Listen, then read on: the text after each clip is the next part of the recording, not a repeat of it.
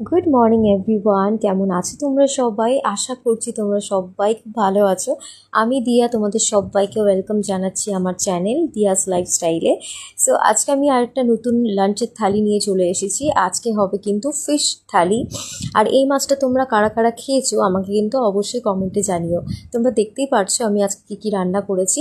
লাল শাক ভাজা, তার সাথে রয়েছে ঘন মসুর ডাল, আর আজকে বানিয়েছি মাছের মাথা দিয়ে পুঁই শাক, যেটা আমার অল টাইম ফেভারিট। আর এই যে মাছটা, এই মাছটাকে নাম হচ্ছে আয়লা মাছ।